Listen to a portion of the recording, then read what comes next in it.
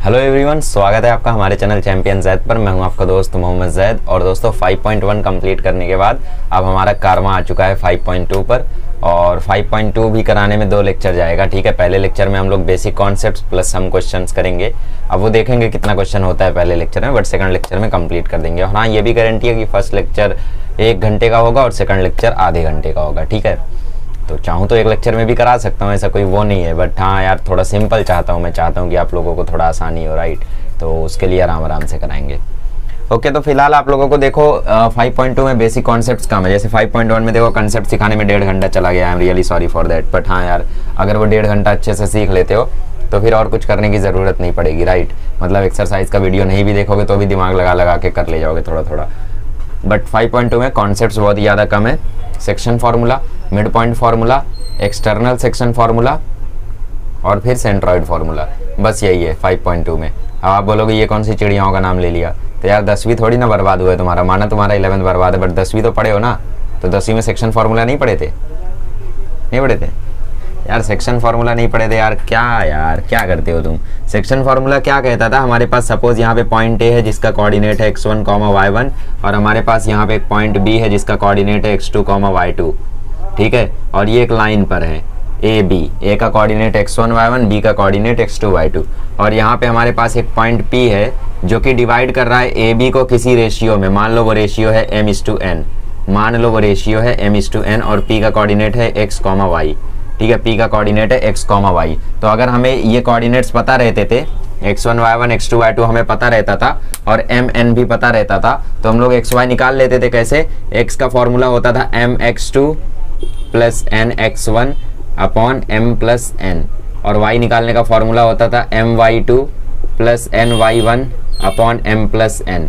इस तरीके से हम लोग x, y निकाल लेते थे। समझ रहे हो ना कैसे आता था फॉर्मूला। m के साथ b का x का कोऑर्डिनेट अगर x निकालना है तो m के साथ b का कोऑर्डिनेट, n के साथ a का कोऑर्डिनेट, मतलब अपोजिट, इसके साथ इसका अपॉन दोनों रेशियो का सम। ठीक है, जो भी रेशियो है। तो ये था हमारा सेक्शन फार्मूला। अब यही सेक्शन फार्मूला आपको वेक्टोरियली यूज करना है। मतलब x, y की जगह अब रहेगा 3i cap plus 4j cap, या फिर xi cap plus 2j cap, और k कैप भी आ सकता है। तो बस कोऑर्डिनेट्स की जगह अब क्या रहेगा, कोऑर्डिनेट्स की जगह अब वेक्टर रहेगा। तो कोई दिक्कत नहीं है, वेक्टर रहेगा तो क्या परेशानी है। फॉर्मूला थोड़ी बदलेगा हमारा, फॉर्मूला तो वही रहेगा, बस थोड़े से चेंजेस होंगे कि भैया कोऑर्डिनेट्स की जगह वेक्टर आ जाएगा। ठीक है, जैसे मान लो अभी जो a है आपका, ये a बार है, और p आपका मान लो p बार है। ठीक है, और b आपका b बार है। ओके, तो आपका जो ये p बार आएगा, ये जो आपका p बार आएगा, मैंने क्या बोला, मैंने बोला m के साथ इसका कोऑर्डिनेट मतलब mb बार, p बार आपका आएगा mb बार प्लस इसके साथ इसका मतलब na bar upon m plus n। ये हो जाएगा हमारा formula, section formula, mb bar plus na bar upon m plus n। कब? जब पॉइंट P डिवाइड करेगा ए बी को इन द रेशियो m/n। मतलब पहले हम लोग कोऑर्डिनेट्स में खेलते थे ना, x1, y1, x2, y2, लेकिन अभी हम लोग किस में खेल रहे हैं, अभी हम लोग खेल रहे हैं वेक्टर्स में। ये मान लिया हमने वेक्टर ए, मतलब यहाँ से OA बनाया, फिर उसका पोजीशन वेक्टर A बार माना, यहाँ से OP बनाया, फिर उसका पोजीशन वेक्टर P बार माना। समझ रहे हो ना कैसे मान रहे। और ये B बनाया, इसका पोजीशन वेक्टर B बार। तो P बार निकालने का फॉर्मूला क्या है, इसके साथ इसका। जैसे इसमें mx2 मतलब इसके साथ इसका और फिर इसके साथ इसका लेते थे, तो वैसे यहाँ पे भी इसके साथ इसको, मतलब mb bar plus na bar upon ratio का सम। नीचे तो देखो सेम ही है बस, तो इसमें 2 फार्मूला भी नहीं है, सिंपल एक ही फार्मूला है। मिड पॉइंट फार्मूला क्या था हमारा, मिड पॉइंट फार्मूला तब लगता था जब P हम लोगों का मिड पॉइंट हो जाता था। तो जब P मिड पॉइंट हो जाता था तो mn की वैल्यू क्या हो जाती थी, 1 हो जाती थी। क्योंकि अगर P मिड पॉइंट है तो m/n क्या आएगा, 1 आएगा। रेशियो कितना होगा, 1:1 का होगा। क्योंकि अगर ये मिड पॉइंट है तो सेम पार्ट्स में डिवाइड कर रहा है ना AB को, तो अगर सेम पार्ट्स में डिवाइड कर रहा है तो जितनी इसकी वैल्यू उतनी ही इसकी भी वैल्यू, तो रेशियो की वैल्यू 1 आ जाती थी। तो हम लोग mn की जगह 1 डाल देते थे, तो हमारा मिड पॉइंट फार्मूला आ जाता था x2 plus x1 upon 1 plus 1 मतलब 2। m की जगह 1, n की जगह 1, m की जगह 1, n की जगह 1, तो 1 प्लस 1 2, 1x2 मतलब x2, 1x1 मतलब x1। और y का फॉर्मूला आ जाता था y1 प्लस y2 अपॉन 2। मतलब चाहो तो y2 प्लस y1 अपॉन 2 लिखो या y1 प्लस y2 अपॉन 2 लिखो, वो आपकी मर्जी है। बट क्योंकि x1 प्लस x2 अपॉन 2 लिखना आसान लगता है, ज़्यादा बढ़िया लगता है, तो इसलिए हम लोग ऐसा लिखते थे। वैसे ही यहाँ पे भी m और n की जगह 1 पुट कर दोगे तो फॉर्मूला आ जाएगा b bar plus a bar upon 2, या फिर इसको रीअरेंज करके लिख दो a bar plus b bar upon 2। ये हो गया मिड पॉइंट फार्मूला, आसान। चलो, तो इस तरीके से आप लोगों को देखो मिड पॉइंट फार्मूले को डील करना रहेगा। ठीक है, और एक सेंट्रॉइड फार्मूला होता था हमारा पहले। सेंट्रॉइड फार्मूला क्या होता था? सेंट्रॉइड फार्मूला होता था कि देखो सेंट्रॉइड क्या होता है, सेंट्रॉइड वो पॉइंट होता है जो मीडियंस को 2:1 में डिवाइड करता है। कोई भी मीडियन रहने दो, सपोज मैंने यहाँ पे ए बी सी का ट्रायंगल बनाया, ठीक है, यहाँ से एक आ रहा है सेंटर, ये मीडियन क्या किया इसने, यहाँ पे पॉइंट डी है, इसने क्या किया, BC को 2 इक्वल पार्ट में डिवाइड किया, मतलब D क्या हो गया, मिड पॉइंट। ठीक है, तो यहाँ पे G कहाँ होगा, G यहाँ होगा, और G क्या करेगा, GAD को 2:1 में डिवाइड करेगा। सेंट्रॉइड क्या करता है, सेंट्रॉइड मीडियन को 2:1 में डिवाइड करता है। ये होता है हमारा सेंट्रॉइड, क्या करता है वो 2:1 में डिवाइड करता है, किसको, मीडियन को। ठीक है, तो अगर ये 2:1 में डिवाइड करता है कौन, सेंट्रॉइड, तो हम लोग सेंट्रॉइड का फॉर्मूला निकाल सकते हैं। कैसे निकाल सकते हैं, देखो सेक्शन फॉर्मूला लगा के हम लोग सेंट्रॉइड फॉर्मूला निकाल सकते हैं। देखो कैसे, आपके D का कोऑर्डिनेट क्या होगा, D का कोऑर्डिनेट सपोज A का कोऑर्डिनेट है x1, y1, B का कोऑर्डिनेट है x2, y2, C का कोऑर्डिनेट है x3, y3। ठीक है, तो D का कोऑर्डिनेट क्या हो जाएगा, D में मिड पॉइंट फार्मूला लग जाएगा, क्योंकि D जो है वो BC का मिड पॉइंट है, तो D में मिड पॉइंट फार्मूला लगेगा, तो आंसर आएगा x2 + x3/2 और y2 + y3/2। ये हो गए D के कोऑर्डिनेट्स। समझ रहे हो ना, BC का मिड पॉइंट कौन, D, तो मिड पॉइंट फार्मूला क्या कहता है, x1 + x2/2, और यहाँ पे x1 क्या है, x2 है, और x2 क्या है, x3 है, राइट। तो x2 + x3/3 और y2 + y3/2, तो ये हो गया आपका D का कोऑर्डिनेट। अब क्योंकि आप AGD को अगर ध्यान से देखो, मैं AGD को अगर बाहर निकालूं तो ये हो गया G और ये हो गया D। G क्या है, सेंट्रॉइड है, G को हम लोग सेंट्रॉइड बोलते हैं, और सेंट्रॉइड क्या करता है, 2:1 में डिवाइड करता है, किसे, मीडियन को। तो D का कोऑर्डिनेट क्या है, x2 + x3/2, y2 + y3/2। ठीक है, और A का कोऑर्डिनेट क्या है, A का कोऑर्डिनेट x1, y1। तो हमें क्या चाहिए, हमें पॉइंट G का कोऑर्डिनेट चाहिए ना, तो G के कोऑर्डिनेट के लिए हम लोग क्या करते हैं, सेक्शन फार्मूला लगा देते हैं। तो सेक्शन फार्मूला के लिए m हमारा 2 हो गया, n हमारा 1 हो गया, x1 हमारा x1 हो गया, x2 हमारा ये पूरा हो गया। तो फार्मूला क्या है, सेक्शन फार्मूला, x = mx1 मतलब 2 × x1, तो 2 × x2 + x3/2 प्लस nx1 मतलब 1 × x1 कौन, ये, तो ये 1x1, mx2 + nx1 m + n। तो देखो ये 2 से ये 2 साफ हो गया, तो x का फार्मूला आ गया x1 + x2 + x3/3। तो यार ये याद करना तो चिंदी होता है, बट डिराइव ऐसे हुआ है, तो मैं डिराइव करके भी थोड़ा आप लोगों को बता दिया ताकि फील आ जाए। सिमिलरली y का निकालोगे तो y भी आ जाएगा, y1 + y2 + y3/3। ठीक है, ओके। वेक्टोरियली बात करें तो देखो A का position vector A bar, B का पोजीशन वेक्टर B बार, C का पोजीशन वेक्टर C बार। तो D के जो पोजीशन वेक्टर्स आएंगे वो क्या आएंगे, D के जो कोऑर्डिनेट्स आएंगे यहाँ पे पोजीशन वेक्टर की हेल्प से, वो आएंगे B बार + C बार/2। D का वेक्टर क्या आएगा, B बार + C बार/2 ना, क्यों, क्योंकि D मिड पॉइंट है। ठीक है, तो इसको बाहर निकाल लो, तो ये हो गया A, ये हो गया G, ये हो गया D। D का कोऑर्डिनेट क्या है, B बार + C बार/2। A का कोऑर्डिनेट क्या है, A बार, और हमें G चाहिए, और कितने पार्ट में डिवाइड कर रहा है, 2:1 में। अब इसमें वेक्टर वाला सेक्शन फार्मूला लगा दो, मतलब ये, तो G बार बराबर क्या आ जाएगा, G बार बराबर आ जाएगा MB बार, मतलब 2 × B बार + C बार/2 प्लस NA बार, मतलब 1 × A bar upon M + N। तो यहाँ से देखो 2 से 2 खत्म हो जाएगा, तो G बार का फॉर्मूला आ जाएगा A bar + B bar + C बार/3। तो सेंट्रॉइड में फॉर्मूला ये होता है, मतलब तीनों वर्टाइसिस का जो भी वेक्टर है उसको ऐड करके डिवाइड बाय 3 कर दो, सेंट्रॉइड का कोऑर्डिनेट मिल जाएगा या सेंट्रॉइड का पोजीशन वेक्टर मिल जाएगा। आसान। अच्छा, एक और चीज होती है सेंट्रॉइड ऑफ टेट्राहेड्रॉन। अब टेट्राहेड्रॉन क्या होता है, देखो इसी में मैं कचरा कर रहा हूँ, टेंशन मत लो, ये मैं ट्रेलर बता रहा हूँ, अभी पूरा थियरम कराऊंगा तुम्हें, क्योंकि इसके थियरम बहुत ही ज्यादा इंपॉर्टेंट है, तो अभी कराना बेहतर है। तो अभी मैं सेक्शन फार्मूला पूरा कराऊंगा, फिर एक्सटर्नल सेक्शन फार्मूला कराऊंगा, फिर सेंट्रॉइड के लिए भी डिराइव कराऊंगा, ऐसा कोई वो नहीं है। ठीक है, पूरा कराऊंगा मैं आप लोगों को, टेंशन मत लो। कंसेप्ट का मैं तो अच्छे से कर लेते हैं ना, तो ये सिर्फ ट्रेलर है यार, ऐसा मत समझो कि मैं पूरा समझा दे रहा हूँ। ठीक है, बस ट्रेलर है।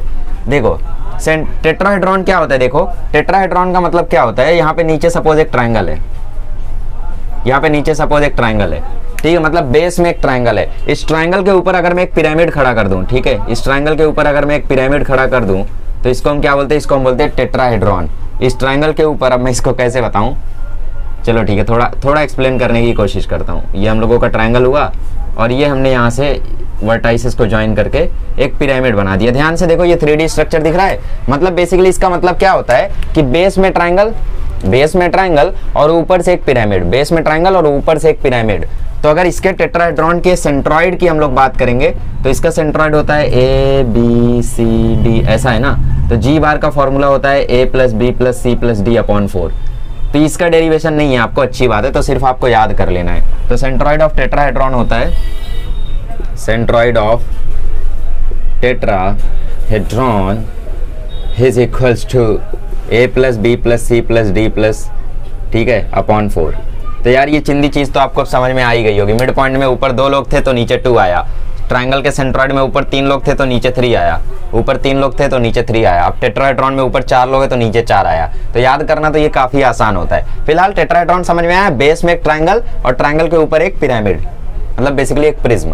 प्रिज्म जानते हो ना, prism prism prism prism prism पता नहीं क्या बोलते हैं, ठीक है। तो वो होता है हम लोगों का टेट्राहेड्रॉन, ठीक है। टेट्राहेड्रॉन का अगर सेंट्रॉइड निकालना हो तो ये तरीका होता है। बात करें डेरिवेशन की तो डेरिवेशन सिंपल होता है। देखो यहाँ पे इस ट्रायंगल के सेंट्रॉइड से लेके हम लोग ए बार तक की डिस्टेंस ले लेते हैं, ठीक है। तो सेंट्रॉइड इसका क्या आएगा, देखो इस नीचे वाले बेस का, इस ट्रायंगल के बेस का जो सेंट्रॉइड है, इसका सेंट्रॉइड क्या आने वाला है, इसका सेंट्रॉइड आने वाला है B bar plus C bar plus D bar upon 3, ये आने वाला है इसका सेंट्रॉइड। अब इसके सेंट्रॉइड से लेके ए बार तक की हम लोग डिस्टेंस के लिए लगा देते हैं सेक्शन फार्मूला, या यूं बोल दो मिड पॉइंट फार्मूला, क्योंकि उसका जो टेट्राहेड्रॉन का जो सेंट्रॉइड है वो यहाँ पे सेंटर पे है, ठीक है। तो basically A bar upon 1 plus B, sorry 3:1 में डिवाइड करता है। इसका टेट्राहेड्रॉन का जो सेंट्रॉइड होता है वो 3:1 में डिवाइड कर देता है। तो 3 into B bar plus C bar plus D bar upon 3 आ जाता है, प्लस 1 इंटू ए बार आ जाता है, और नीचे आ जाता है 3 + 1। नहीं समझे, कोई बात नहीं, अभी मैं दोबारा जब कराऊंगा तो उसमें आप लोगों को दोबारा एक्सप्लेन करने की कोशिश करूंगा। तो इसका जो सेंट्रॉइड होता है ना वो 3:1 में डिवाइड करता है। तो बेसिकली जब सेक्शन फार्मूला लगाते हैं तो 3 से इसमें मल्टीप्लाई कर देते हैं और 1 से ए बार में मल्टीप्लाई कर देते हैं और नीचे लिख देते हैं 3 + 1। तो ये 3 से ये 3 खत्म हो जाता है और फाइनल आंसर आ जाता है A plus B plus C plus D upon 4। Clear, आसान, चिंदी, वाहियात। अब जो भी है, चलो आगे बढ़ते हैं, सेक्शन फार्मूला देखते हैं, थियरम, ठीक है। थियरम बहुत इंपॉर्टेंट है, एग्जाम में आने का पूरा चांस है, तो सीख लेते हैं, क्या दिक्कत है।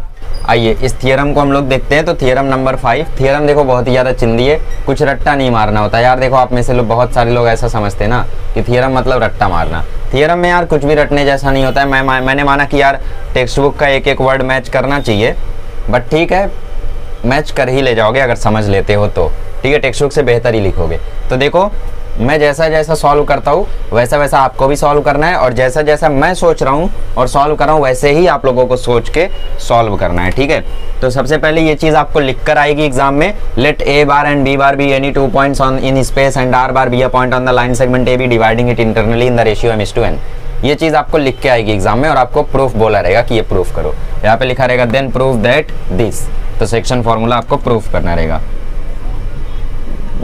तो हम देखते हैं प्रूफ, ठीक है। तो प्रूफ में यार देखो सबसे पहली चीज क्या होती है, डायग्राम। एक बार आपने इसमें डायग्राम बना लिया ना, गेम ओवर है आपका, नहीं क्वेश्चन का।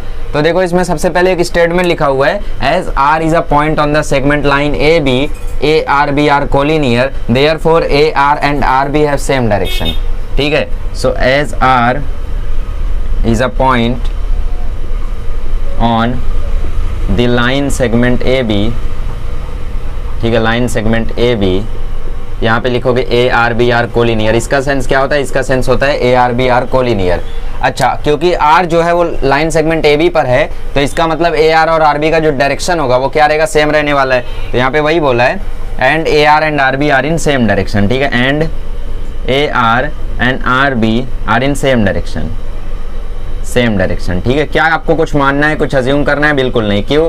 क्योंकि अज्यूम करके सब कुछ आपको क्वेश्चन में दिया है, m/1 में डिवाइड कर रहा है, ए बार बी बार ये है, ये वो ब्ला ब्ला जो भी है, ठीक है। अच्छा, अभी देखो यहाँ पे हम लोग डायग्राम से शुरू करते हैं, ठीक है। तो सबसे पहले मैं प्रिपेयर करता हूँ ए बी बार। तो ए बी बार मैं कैसे बनाऊंगा, देखो ए बी बार मतलब ए से लेके बी तक डायरेक्शन रहनी चाहिए, तो मैं ए बी बार बनाता हूँ। तो ये मैंने बना लिया ए बी बार, ठीक है। तो ये हो गया ए से लेके बी तक डायरेक्शन ए बी बार, ठीक है। तो पोजीशन वेक्टर इसने माना है क्या? इसने तो नहीं माना है। तो यार ये चीज़ तो लिखनी चाहिए थी, इसने लिखी नहीं है, तो हम लोग मान लेंगे, टेंशन मतलब, ठीक है। ये हो गया ए बी बार, मतलब डायरेक्शन किस तरफ, डायरेक्शन है इस तरफ, ठीक है। अब इसमें क्या बोला है, let a point R be a point on the line segment A B, मतलब ए बी पर एक लाइन सेगमेंट पे जो पॉइंट है वो आर है। तो मान लिया हमने कि आर यहाँ पर है, ठीक है। तो बेसिकली ये कितना हो गया, ये हो गया m और ये कितना हो गया, ये हो गया n।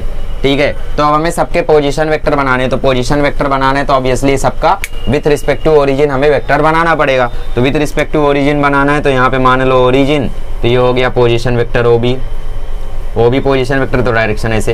ये हो गया पोजीशन वेक्टर ओ आर, तो डायरेक्शन ऐसे। ये हो गया पोजीशन वेक्टर ओ ए, तो डायरेक्शन ऐसे। ठीक है, ओके। ठीक है, तो अभी मान लो, क्या मानोगे, let A bar B bar C bar, sorry let A bar B bar and R bar be the position vector of point A B and R respectively with respect to origin. अब ये चीज़ आपकी text book में नहीं लिखी हुई है, ठीक है, respectively with respect to origin. आप अगर अपनी टेक्स्ट बुक में देखोगे तो ये चीज़ नहीं लिखी हुई है, तो आप लोगों को ये चीज़ खुद से लिखनी है। ठीक है, अच्छा, तो यहाँ पे अब देखो क्या मिल रहा है आपको कि ए आर और आर बी का जो रेशियो है वो m/n है। तो since A R upon R B is equals to m/n, therefore n into A R is equals to m into R B. ठीक है, n into A R is equals to m into R B and as vector A R and R B are in same direction, ठीक है, क्योंकि ये लोग same direction में हैं तो क्या ये दोनों वेक्टर्स इक्वल होंगे? बिल्कुल इक्वल होंगे। क्यों? मैग्नीट्यूड इक्वल हो ऐसा थोड़ी ज़रूरी है, लेकिन अगर रेशियो से मल्टीप्लाई कर दे रहे हो तब तो इक्वल हो जाएगा ना। मतलब ये रेशियो से तुम इसमें मल्टीप्लाई कर दे रहे हो, ये रेशियो से तुम इसमें मल्टीप्लाई कर दे रहे हो, तो वेक्टर इक्वल नहीं हो जाएगा? फील नहीं आ रहा है? कैसे इक्वल हो जाएगा वो एक्सप्लेन कर दूं। देखो, मान लो ये रेशियो है तुम्हारा 2:1 और ये लेंथ है तुम्हारी 5, सॉरी ये लेंथ है तुम्हारी 10 और ये लेंथ है तुम्हारी 5। ठीक है, अब तुम्हें साफ साफ दिख रहा है कि यहाँ पे जो भी पॉइंट है वो इस 15 को 2 पार्ट में डिवाइड कर रहा है। एक पार्ट है 10, एक पार्ट है 5। तो ऑब्वियसली रेशियो 10/5, मतलब 5 से काट दो तो 2/1 आ रहा है। ठीक है, तो अगर तुम m b बार कर रहे हो, मतलब 2 5 10 कर रहे हो, तो वो इक्वल 10 × 1 के नहीं आ रहा है। तो हमने भी तो वही किया, m × r b equal to n × a r, तो वही तो हमने भी किया है। So therefore n a r bar is equals to m × r b bar. ठीक है, तो ए आर बार का वेक्टर हम लोग कैसे लिखते हैं? ए आर बार का वेक्टर आएगा are bar minus A bar, और बी आर बी वेक्टर का वेक्टर हम लोग कैसे लिखेंगे? B bar minus R bar. ठीक है, अभी क्या करना है, बस इसको सिंप्लीफाई करके आर बार कैलकुलेट करना है, दैट्स इट, काम हो जाएगा। सो देयरफॉर ये हो जाएगा N R bar minus N A bar is equals to M B bar minus M R bar. इस एम आर बार को यहाँ भेजो, इस एन ए बार को वहाँ भेजो, तो ये हो जाएगा N R bar plus M R bar is equals to M B bar plus N A bar. ठीक है, यहाँ से आर बार कॉमन ले लो तो अंदर बचेगा एम प्लस एन, और इस साइड आएगा M B bar plus N A bar. So therefore R bar की वैल्यू हो जाएगी M B bar plus N A bar upon M plus N. ये हो गया थ्योरम। बताओ इससे चिंती तरीका कोई है तो बताओ। सिंपली हम लोगों ने प्रूफ कर दिया देखते ही देखते। ठीक है, तो ये हो गया आपका सेक्शन फॉर्मूला। इस तरीके से डिराइव होता है। करने का क्या, इस रेशियो को इसके पोजीशन वेक्टर से मल्टीप्लाई करो, इस रेशियो को इसके पोजीशन वेक्टर से मल्टीप्लाई कर दो और डिवाइड कर दो m प्लस n से, आंसर आ जाएगा। Clear, understood? ऐसी गलती मत करना कि m को a के पोजीशन वेक्टर से मल्टीप्लाई कर रहे हो n को b से, नहीं, अपोजिट केस चलता है हमेशा, m को b से n को a से, m को b से n को a से। ठीक है, इस तरीके से करना है आपको। अच्छा, तो मिड पॉइंट थ्योरम इसी का एक्सटेंशन है, और मिड पॉइंट का कोई थ्योरम आपको दिया नहीं है। अगर दे भी देता है, सपोज दे भी देता है, तो आप लोग पहले सेक्शन फार्मूला डिराइव करोगे और बाद में लिखोगे सिंस। ठीक है, यहाँ पे मिड पॉइंट फार्मूला देखो, बता देता हूँ। मिड पॉइंट फार्मूला का कोई थ्योरम आपको नहीं दिया है, तो मिड पॉइंट फार्मूला अगर आता भी है एग्जाम में, वैसे आएगा नहीं, आएगा तो ये आएगा या तो यही आएगा, क्योंकि एक्सटर्नल सेक्शन फार्मूला का भी कोई सेंस नहीं है। ठीक है, अगर आ गया तो since point R is mid point of AB, therefore M बराबर N बराबर 1। ठीक है, या फिर ऐसे लिख सकते हो therefore M is to N बराबर 1:1। तो therefore R बराबर क्या आ जाएगा? R बराबर आ जाएगा B bar plus A bar upon 2। तो ये हो गया mid point formula. Mid point formula में क्या करने का, ये तो और चिंदी है, दोनों का पोजीशन वेक्टर जोड़ो, 2 से डिवाइड कर दो, गेम ओवर। तो ये मिड पॉइंट फार्मूला हो गया। अच्छा, तो याद करो, मैंने 10वीं में आप लोगों को सिलेबस में था नहीं, लेकिन फिर भी कोऑर्डिनेट ज्योमेट्री में बताया था कि बच्चों एक एक्सटर्नल सेक्शन फार्मूला भी होता है जिसमें पॉइंट R जो है वो बाहर की तरफ होता है, और जब वो डिवाइड करता है तो ज़्यादा कुछ नहीं, बस बीच में माइनस आ जाता है, तो m माइनस n, और यहाँ पे m b बार माइनस n बार आ जाता है। तो उसका भी डेरिवेशन हम लोग देख लेते हैं। फिर सेंट्रॉइड का यहाँ पे डेरिवेशन नहीं दिया तो कुछ नोट्स वोट्स उसके बाद लिख के हम लोग क्वेश्चन सॉल्विंग शुरू करेंगे, ठीक है। चलिए देख लेते हैं एक्सटर्नल सेक्शन फार्मूला। आइए सीखते हैं external section formula. External section formula में बस बीच में माइनस आ जाता है, जो इंटरनल सेक्शन फार्मूला था m और n के बीच में, ठीक है। नीचे ऊपर दोनों जगह पे प्लस की जगह माइनस आ जाता है, दैट्स इट। तो डेरिवेशन देख लेते हैं। For external division let a bar and b bar be any 2 points in space and r bar be the third point on the line AB which divides the segment AB externally in the ratio m:n। मतलब हमारे पास यहाँ पे एक line है AB, ठीक है, AB, और हमारे पास यहाँ पे एक पॉइंट R है जो इस AB को क्या कर रहा है, एक्सटर्नली डिवाइड कर रहा है। एक्सटर्नली डिवाइड कर रहा है मतलब वो इस लाइन पर नहीं है, इस लाइन के बाहर है, इस लाइन के बाहर है। मान लो वो यहाँ हो सकता है या तो यहाँ हो सकता है, तो क्योंकि टेक्स्ट बुक में यहाँ माना है तो हम लोग यहाँ पे मान लेते हैं पॉइंट R, ठीक है। तो ये हो गया हमारा पॉइंट R, और ये क्या कर रहा है, ये इसको डिवाइड कर रहा है m:n में। मतलब ये जो AR है वो आपका टोटली m है, और जो आपका AB है और BR है ये टोटली आपका n है, ठीक है। तो m:n अब की बार ऐसा है, पिछली बार m:n कैसा था, AR:RB था। अब की बार m:n कैसा है, AR:RB। अब की बार भी तो वही है, अब की बार भी तो m:n वही है, AR:RB वही है ना, या फिर डाउट हो गया इसमें? ओके, तो यहाँ पे सबसे पहले वही किया है, as the point R lies, as the point R divides the segment AB, the segment AB। पिछले बार कैसा था, पिछले बार मतलब पॉइंट R कहीं पर भी रहे बट AB के बीच में ही रहेगा, AB के बीच में ही रहेगा, भले उसमें कहीं पर भी रहे, AB के बीच में ही रहेगा, लेकिन AB के बीच में वो कहीं पर भी रहे, लेकिन रहेगा AB के बीच में ही। तो इसलिए पिछली बार कोलिनियर फिक्स था कि ARB ही बनेगा। लेकिन अब की बार दो केस है, R उस तरफ भी हो सकता है, R इस तरफ भी हो सकता है, तो हम लोग RAB भी मान सकते हैं, ABR भी मान सकते हैं। तो फिलहाल मैंने ABR माना है, ठीक है। तो यहाँ पे वही बोला है, divides the segment AB externally, divides the segment AB externally। तो we have either, हमारे पास या तो ABR रहेगा या तो ARB रहेगा, ठीक है, और RAB रहेगा। मतलब या तो R इस साइड हो सकता है या तो R उस साइड हो सकता है। तो फिलहाल के लिए हम लोग इसे मान लेते हैं, ठीक है। सो अज्यूम ARB, ऐसा ही लिखा है ना, अज्यूम दैट ABR, ठीक है। तो अज्यूम दैट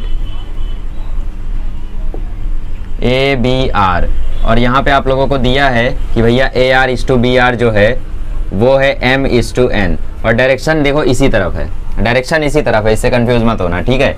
ओके, तो AR:BR क्या है, m:n है। So therefore AR/BR is equals to हो जाएगा m/n, मतलब NAR इज इक्वल्स टू हो जाएगा MBR, राइट, ठीक है। सो एज AR bar and BR bar are in same direction, therefore n into AR bar would be equal to m into BR bar, ठीक है।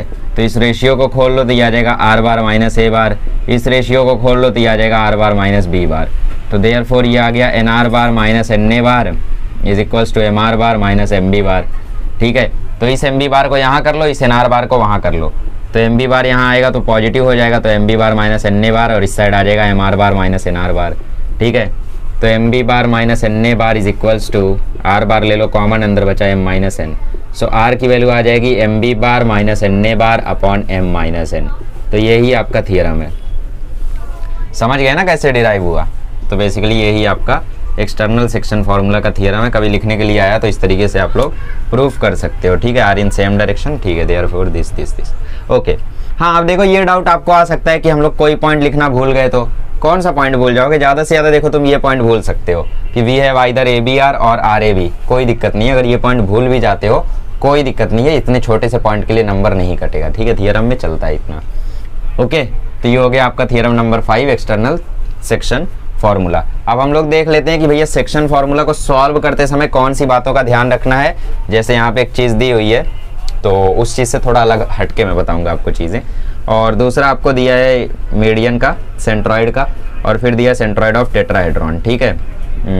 ओके, जो भी है, हम लोग अब थोड़े से नोट्स देख लेते हैं और फिर एक्सरसाइज शुरू करते हैं। आइए कुछ नोट्स देख लेते हैं। यहाँ पे दिया हुआ है आपको, इसमें बोला है कि अगर आप लोगों को कभी बोला कि सेक्शन फॉर्मूला मतलब ये पता करो कि किस रेशियो में पॉइंट डिवाइड कर रहा है सेगमेंट ए बी को, मतलब सेक्शन फॉर्मूला का रेसिप्रोकल आपको रिवर्स निकालने बोल दिया आपको। ठीक है, कि आपको सेक्शन फॉर्मूला में जो पॉइंट आर है, जो आर बार है, वो आपको दे दे। ठीक है, are bar they they, A bar they they, B bar दे दे, और आपसे एम एन पूछ ले। होता था ना 10वीं में कि आप लोगों को x1 y1 x2 y2 x3 और xy सब कुछ कोऑर्डिनेट्स दे देता था और आपसे एम एन पूछता था। तो हम क्या करते थे, हम मान लेते थे एम एन में डिवाइड कर रहा है और सॉल्व कर देते थे। 2 इक्वेशन आती थी एम एन के रिस्पेक्ट में और हम लोग सॉल्व करके निकाल लेते थे। बट इस साल भी ऐसा कर सकते हो कि भैया एम एन ही मानो, लेकिन एक और तरीका हम लोग कर सकते हैं। ठीक है, क्या कर सकते हैं, देखो हमें क्या दिया, हमें देखो पॉइंट, ये हम लोगों का लाइन ए बी हो गया और मान लो यहाँ आर बार जो है वो डिवाइड कर रहा है इसको। ठीक है, तो हमें आर बार दे दिया, हमें ए बार दे दिया, हमें बी बार दे दिया और हमें एम इस टू एन पता करना है। ठीक है, तो हमें क्या फाइंड करना है, हमें एम इस टू एन फाइंड करना है। ठीक है, तो हम क्या अज्यूम कर लेंगे, हम इस रेशियो को मान लेंगे लैम्बडा इस टू 1।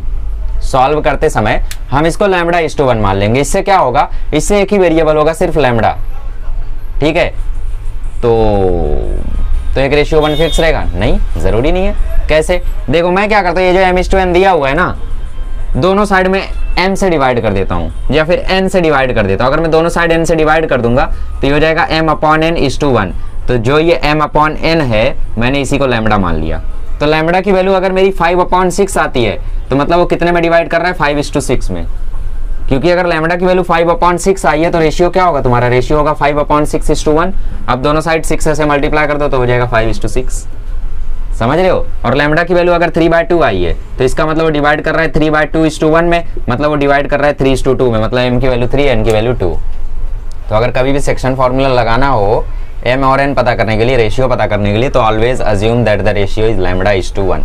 वही इस नोट में लिखा हो, इसने k इस टू 1 माना है बट हम लैम्बडा इस टू 1 मानेंगे क्योंकि हम अपनी चलाते हैं। ठीक है, तो हाँ एक और चीज़ कि लैम्बडा अगर पॉजिटिव आता है तो इसका मतलब डिवीजन इंटरनल हुआ है, और अगर लैम्बडा नेगेटिव आ गया, लैम्बडा अगर नेगेटिव आ गया मतलब m और n में से किसी एक की वैल्यू नेगेटिव है। तो अगर किसी भी एक की वैल्यू नेगेटिव है तो इसका मतलब m-n बन रहा है, और अगर m-n बन रहा है तो डिवीजन एक्सटर्नल हुआ है। ठीक है, तो इस चीज़ का खासा ध्यान रखना आप लोग। तो फिलहाल आइए यहाँ पे लिखा हुआ है जैसा वैसा हम लोग लिख लेते हैं नोट में। ठीक है, उसके बाद सेंट्रॉइड फार्मूला वगैरह तो मैंने बता ही दिया, और सेंट्रॉइड ऑफ टेट्राहेड्रॉन भी बता देता हूँ, उसमें क्या बड़ी बात है। ठीक है, तो चलिए हम लोग देख लेते हैं नोट्स। पहला नोट आपको लिखा हुआ है whenever we have to find ratio m is to n, assume it as lambda is to 1।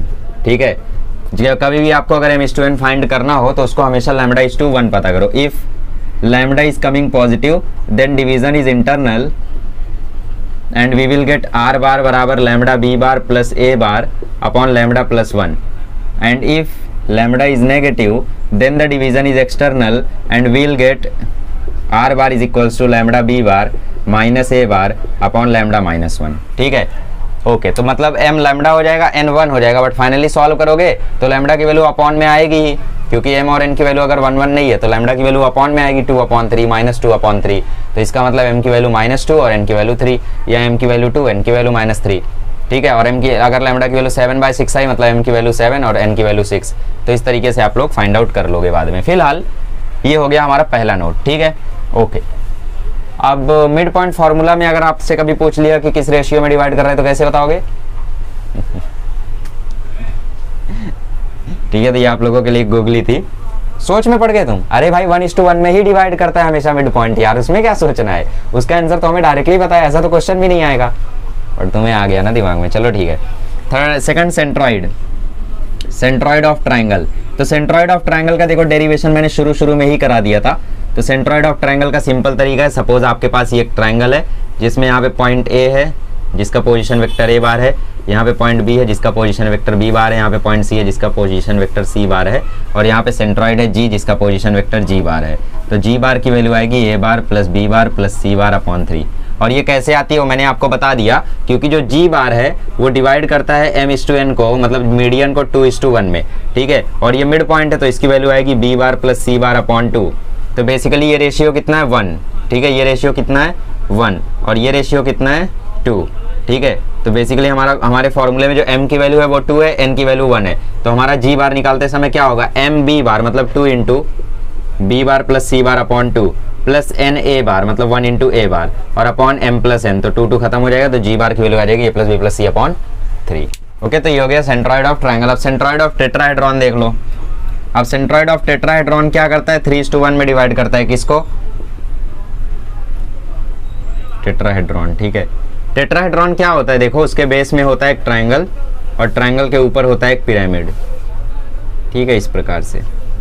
तो आई होप आप 3D में फील कर पा रहे हो कि बेसिकली ये बेस है और इसके ऊपर एक पिरामिड रखा हुआ है, तो ये होता है टेट्राहेड्रॉन। तो टेट्राहेड्रॉन क्या करता है, it centroid G divides the line joining the vertex of tetrahedron centroid of opposite triangle in the ratio 3:1। मतलब यहाँ पे जो आपका सेंट्रॉइड है, इस ट्रायंगल का जो सेंट्रॉइड है, इस ट्रायंगल के सेंट्रॉइड को मान लो R बार, तो इस R बार की वैल्यू क्या है, R बार की वैल्यू है a bar plus b bar plus c bar upon 3, ठीक है, a b c और यहाँ पे है d। तो बेसिकली ये जो सेंट्रॉइड का, जो टेट्राहेड्रॉन का सेंट्रॉइड होता है, ये क्या करता है, इस ट्रायंगल के सेंट्रॉइड से लेके वर्टेक्स तक की डिस्टेंस को 3:1 में डिवाइड करता है, ठीक है।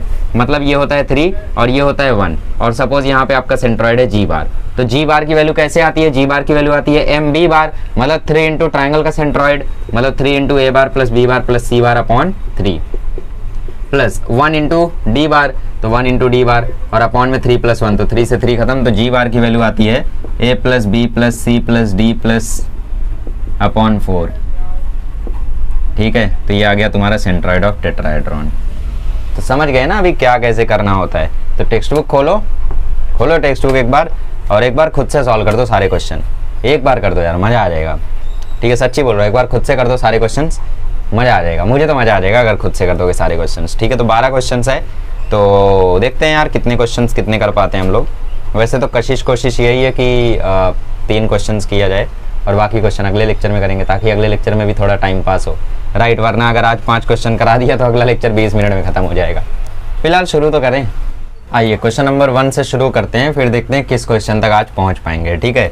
अब जो भी है यार देखते हैं कहाँ तक होता है। तो इसमें बोला है find the position vector of point R which divides the line joining P and Q whose position vectors are this in the ratio 3:2। तो पहला ही क्वेश्चन सेक्शन फार्मूला का है और पहले बोला इंटरनली और फिर बोला एक्सटर्नली। तो इंटरनली है तो प्लस वाला फार्मूला, एक्सटर्नली है तो माइनस वाला फार्मूला, गेम खत्म, ठीक है। सॉल्व कर लोगे ना आसानी से, तो लिखने का तरीका तो बताना ही पड़ेगा, खैर तो सॉल्व कर देता हूँ। देखो सबसे पहले मान लो let P bar is equals to 2i cap minus J cap plus 3k cap, ठीक है, क्योंकि ये किसका पोजीशन वेक्टर है P का और ये किसका पोजीशन वेक्टर है Q का, हुज PVs मतलब position vectors, and Q bar is equals to minus 5i plus 2j minus 5k cap, ठीक है। Let P bar and Q bar be the position vectors PVs of point P and Q respectively.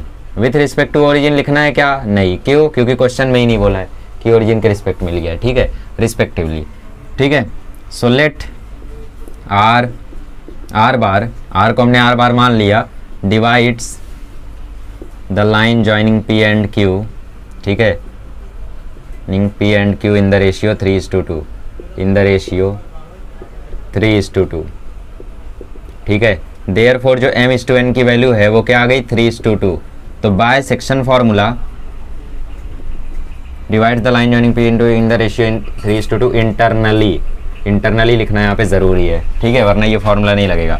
तो by section formula R बार की value क्या आ जाएगी, m b bar plus n a bar upon m plus n, but यहाँ पे b और a की जगह क्या है, p और q है, तो m q bar plus n p bar upon m plus n।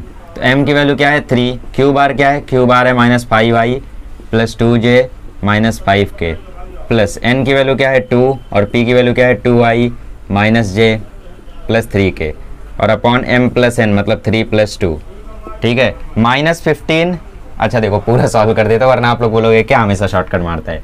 तो minus 15i cap plus 6j cap minus 15k cap plus 4i cap minus 2j cap plus 6k cap upon 5, ठीक है।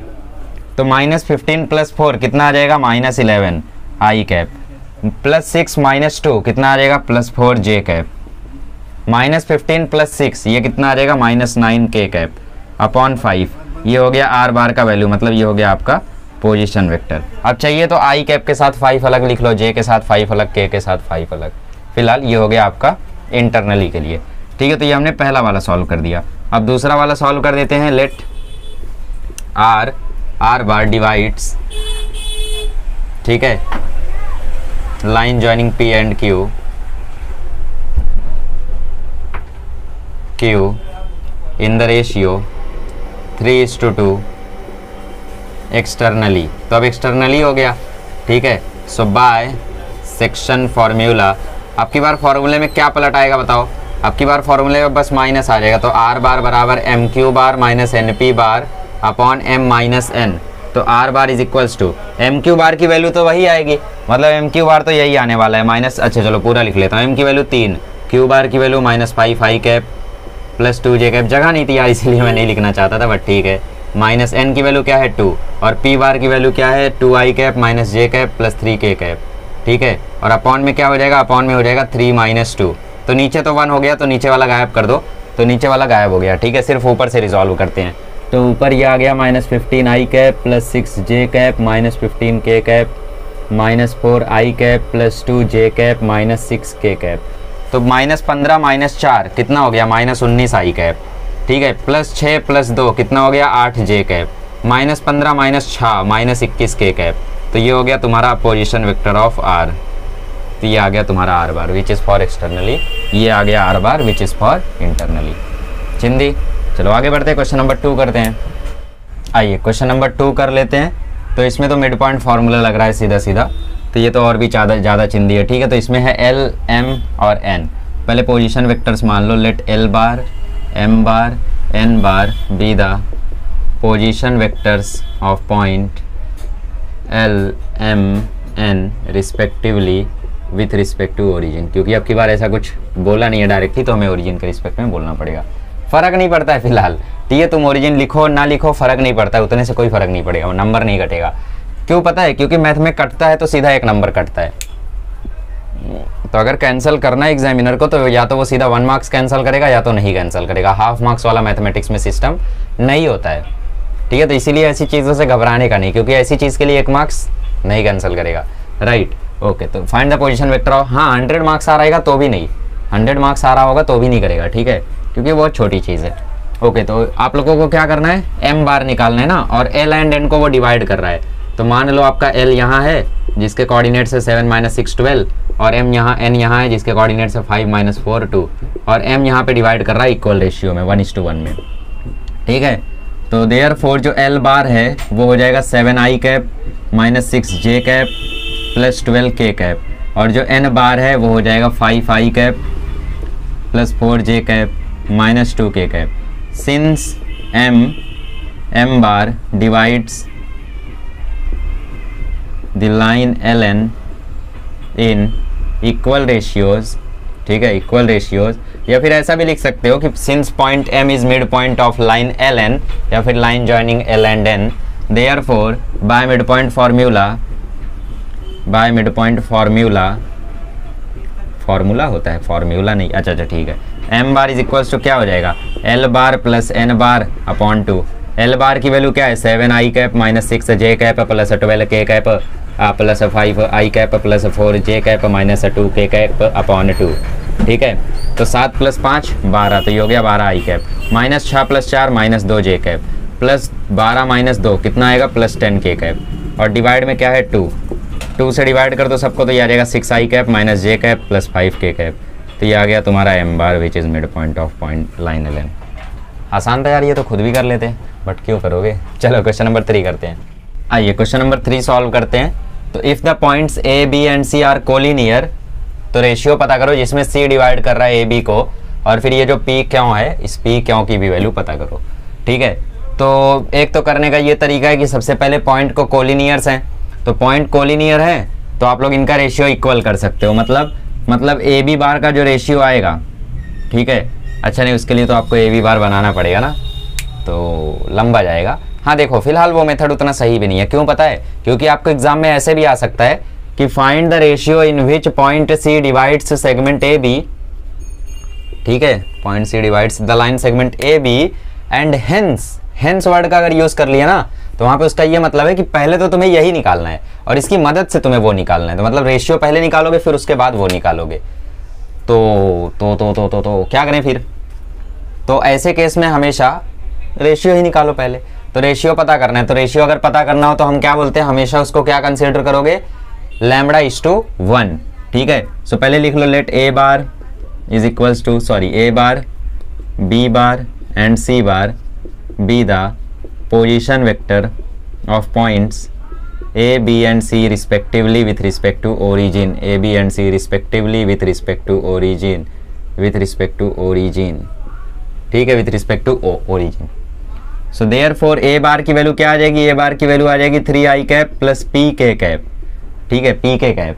B बार की value क्या आ जाएगी, minus आई cap plus Q जे cap plus 3 के cap.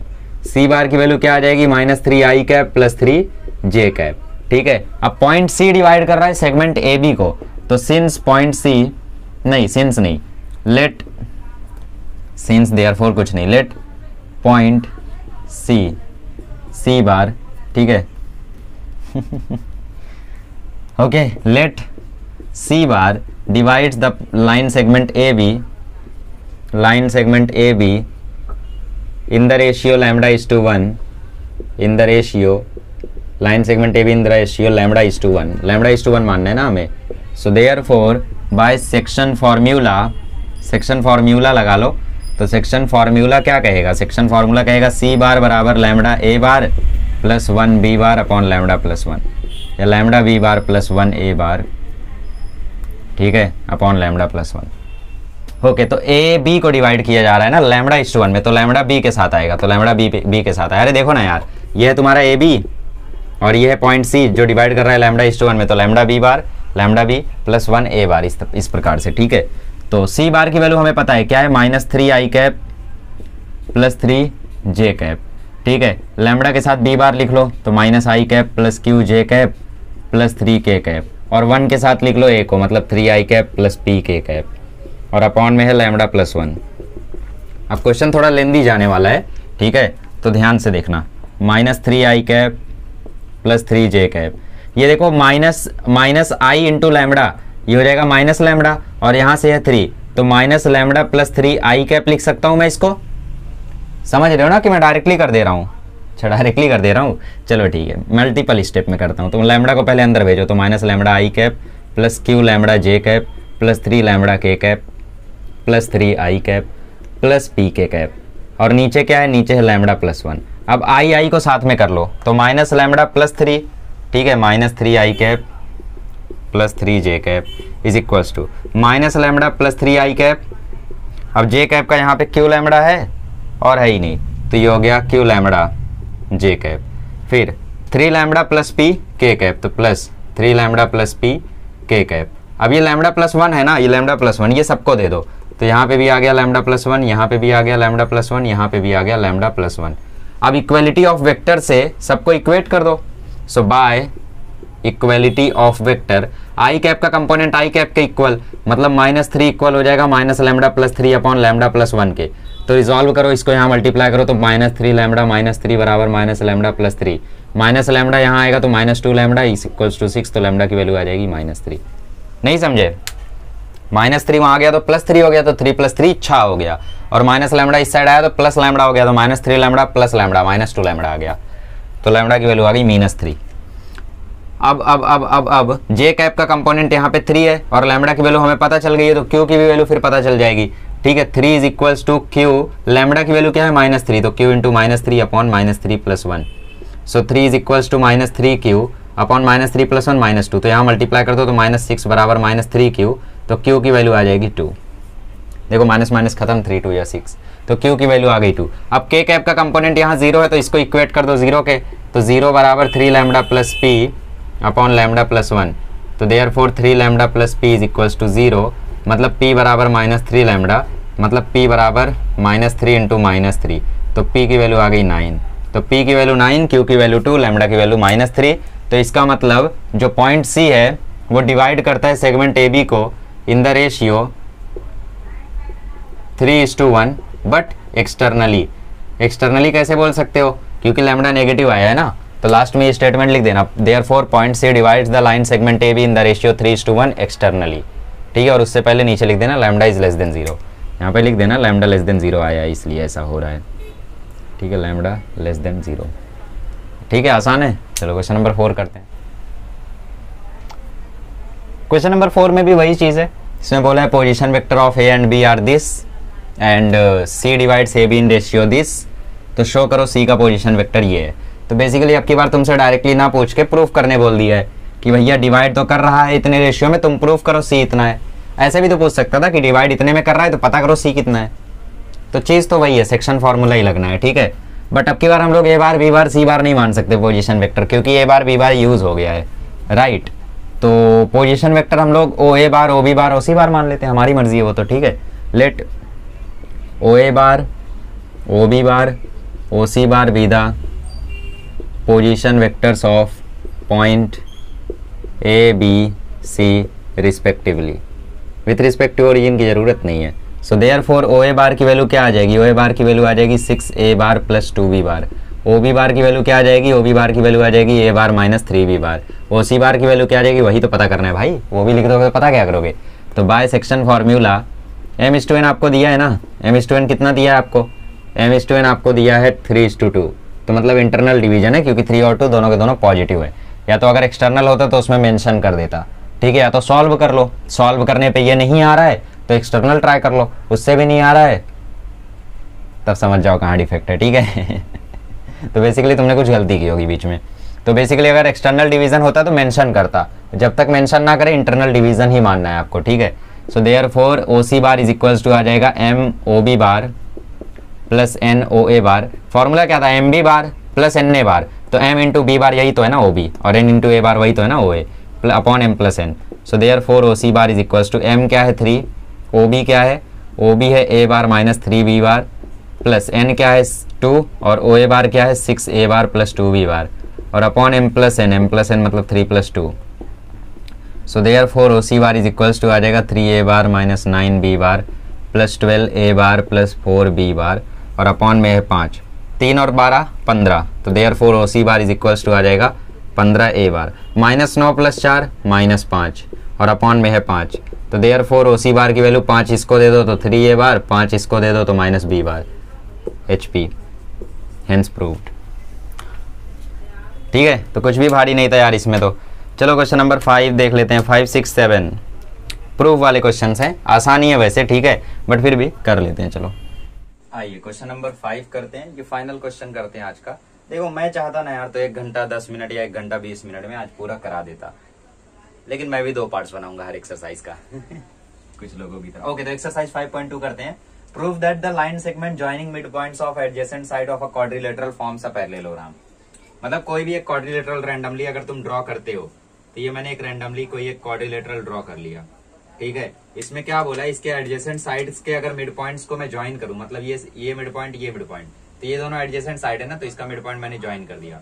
ये mid point ये mid point, तो ये दोनों एडजेसेंट साइड्स है ना, मतलब एडजेसेंट मतलब बाजू बाजू के, इनको मैंने ज्वाइन कर दिया। ये दोनों भी एडजेसेंट साइड, तो मैंने इनको भी ज्वाइन कर दिया। ये दोनों भी एडजेसेंट साइड, तो मैंने इनको भी ज्वाइन कर दिया। तो अगर इस क्वाड्रिलेटरल का नाम ABCD था, तो ये जो PQRS होगा, ये PQRS हमारा पैरेललोग्राम होगा, ऐसा हमें प्रूफ करना है। ठीक है, क्या करना है, प्रूफ करना है कि PQRS क्या होगा, पैरेललोग्राम होगा। ठीक है, तो ऐसा हमें इस क्वेश्चन में प्रूफ करना है। तो देखो करेंगे कैसे, PQRS क्या है, मिड पॉइंट है ना, तो बेसिकली इक्वल पार्ट्स में डिवाइड कर रहा होगा। Okay, so let ABCD are vertices of that quadrilateral which forms parallelogram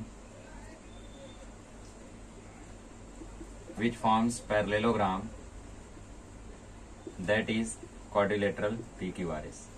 ठीक है, तो ABCD उस क्वाड्रिलेटरल की वर्टाइसेस है जो कि पैरेललोग्राम बना रहा है। कौन सा पैरेललोग्राम, क्वाड्रिलेटरल PQRS। ठीक है, ओके, तो प्रूफ भी तो करना है अभी प्रूफ कहाँ किया है। अच्छा, तो हम लोग यहाँ पे देखो ABCD PQRS के पोजीशन वेक्टर मान लेते हैं, A bar B bar C bar D bar P bar Q bar R bar S bar. ठीक है, so let A bar, B bar, C bar, D bar, P bar, Q bar, R bar and S bar be the position vectors of points A B C. अच्छा पता है guys, मेरे CZ kids वाले channel पे ना यार copyright पड़ गई। क्यों पता है? क्योंकि मैंने जो उसमें एबीसीडी बोला ना, एबीसीडी जब मैं पढ़ा रहा था, तो उस एबीसीडी में पता नहीं कहां से उन लोगों को एबीसीडी में मुझे लग गया उनको कि ये हमारा गाना गा रहा है, A B C D E F G, उनको लगा ये हमारा गाना गा रहा है, ठीक है, तो उन्होंने कॉपीराइट ठोक दिया मेरे ऊपर तो उस वीडियो में मेरे कॉपीराइट पड़ गया है। तो कुछ नुकसान नहीं हुआ वैसे, क्योंकि सिर्फ म्यूजिक ही है वो, ठीक है। तो इससे पता चलता है कि मैं कितना बेहतरीन सिंगर हूँ। मतलब मैंने इस प्रकार उसमें सिंगिंग की है कि उनको भी लग गया कि भाई ये तो एबीसीडी हमारा गाना गा रहा है। तो मेरी सिंगिंग जो है वो उनकी सिंगिंग स्किल से एकदम मैच की होगी, फ्रीक्वेंसी मैच की होगी, तभी तो कॉपीराइट पड़ा है, ठीक है। इससे समझ सकते हो आप कि मैं इंडियन आइडल में भी जा सकता था, बट अच्छा हुआ कि मैं यहाँ पे हूँ, ठीक है। ओके, इंडियन आइडल के लिए नहीं अच्छा हुआ, आपके लिए अच्छा हुआ ऑब्वियसली। ऐसा ये कौन बोल रहा है कि इंडियन आइडल का नुकसान होता मैं जाता तो। ओके, तो point A B C D P Q R S and S, ठीक है, respectively with respect to origin. तो भाई मुझे हंसी आ रही थी कि भाई एबीसीडी के लिए कॉपीराइट मार दिए यार, क्या मतलब क्या लोग यार, ओरिजिन, ठीक है। चलो तो देखो, क्योंकि पी मिड पॉइंट है, so point P Q R and S are mid points of A B. A B किसका है? पी का, ठीक है, और क्यू किसका है? एडी का, आर किसका है? सीडी का, और एस किसका है? बीसी का, ठीक है, रिस्पेक्टिवली। ओके, तो क्योंकि ये मिड पॉइंट है तो यहाँ पे अगर आप मिड पॉइंट फॉर्मूला लगाओगे तो by MP formula, mid point formula अगर आप यहाँ पे लगाते हो तो पी का पोजीशन वेक्टर क्या आएगा? ए bar plus B bar upon 2। इसका पोजीशन वेक्टर क्या आएगा? ए bar plus D bar upon 2। इसका पोजीशन वेक्टर क्या आएगा? आर बार का, इसका पोजीशन वेक्टर आएगा सी bar plus D bar upon 2, ठीक है। इसका क्या आएगा? इसका आएगा B bar plus C bar upon 2, ठीक है, ठीक है। मिड पॉइंट फॉर्मूला से हमें P bar is equals to मिल गया A bar plus B bar upon 2, Q bar is equals to मिल गया A bar plus D bar upon 2, R bar is equals to मिल गया C bar plus D bar upon 2, S bar is equals to मिल गया B bar plus C bar upon 2, ठीक है। S bar is equals to मिल गया B bar plus C bar upon 2। Okay okay, अब अभी देखो, अगर ये quadrilateral P Q R S parallelogram है तो यहाँ पे जो पी क्यू है वो एस आर के इक्वल आना चाहिए। क्यों आना चाहिए? क्योंकि अपोजिट साइड्स पैरेललोग्राम की इक्वल होती हैं। तो हम लोग क्या करते हैं, हम लोग पी क्यू बार निकालते हैं और एस आर बार निकालते हैं, उसके बाद पी एस बार निकालते हैं और क्यू आर बार निकालते हैं, ठीक है। So consider P Q bar. P Q bar क्या हो जाएगा? क्यू बार माइनस पी बार। तो क्यू बार क्या है हमारा? क्यू बार है ए bar plus D bar upon 2, और पी बार क्या है हमारा? ए bar plus B bar upon 2, ठीक है। तो ए बार अपॉन 2 में से ए बार अपॉन 2 जब माइनस हो जाएगा तो यहाँ पे बचेगा D bar upon 2 minus B bar upon 2, तो basically D bar minus B bar upon 2। क्या बचेगा यहाँ पे?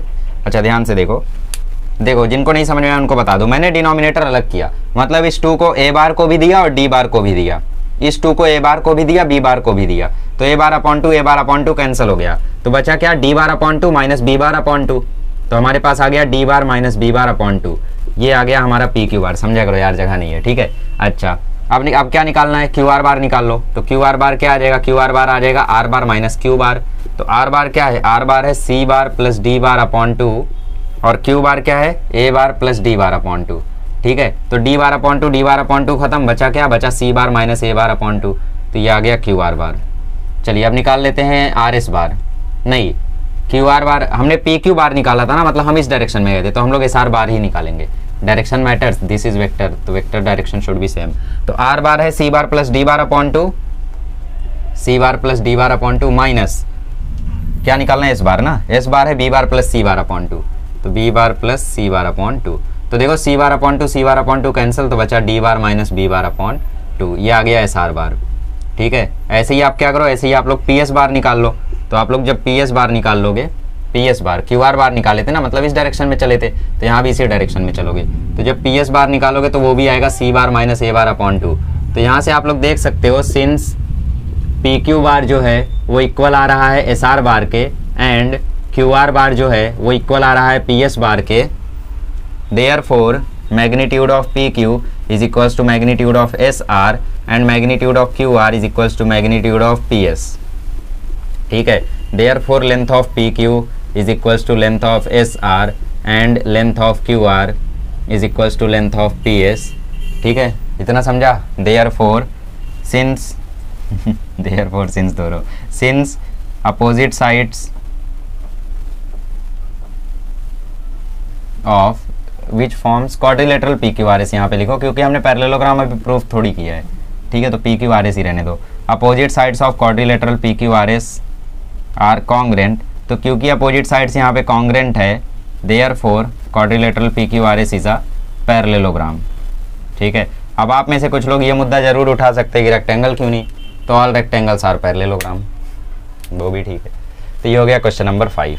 ठीक है, इसी के साथ आज का लेक्चर स्टॉप करते हैं। अब अगले लेक्चर में मिलेंगे तो क्वेश्चन नंबर 6 से 12 तक कर लेंगे। यहाँ पे कुछ 3, 4, 7 क्वेश्चन है और 7 में से 4 क्वेश्चन इसमें 2 मिनट वाले हैं। ठीक है, तो 7 में से 4 क्वेश्चन 2 मिनट में, बचे हुए 3 क्वेश्चन 6-6 मिनट में, तो 18, 4 मैं चाह कर भी यार अगला लेक्चर 25 मिनट से ज़्यादा का नहीं बना पाऊंगा। ठीक है, चलो ठीक है, फिर मिलते हैं अगले लेक्चर में। Thank you so much.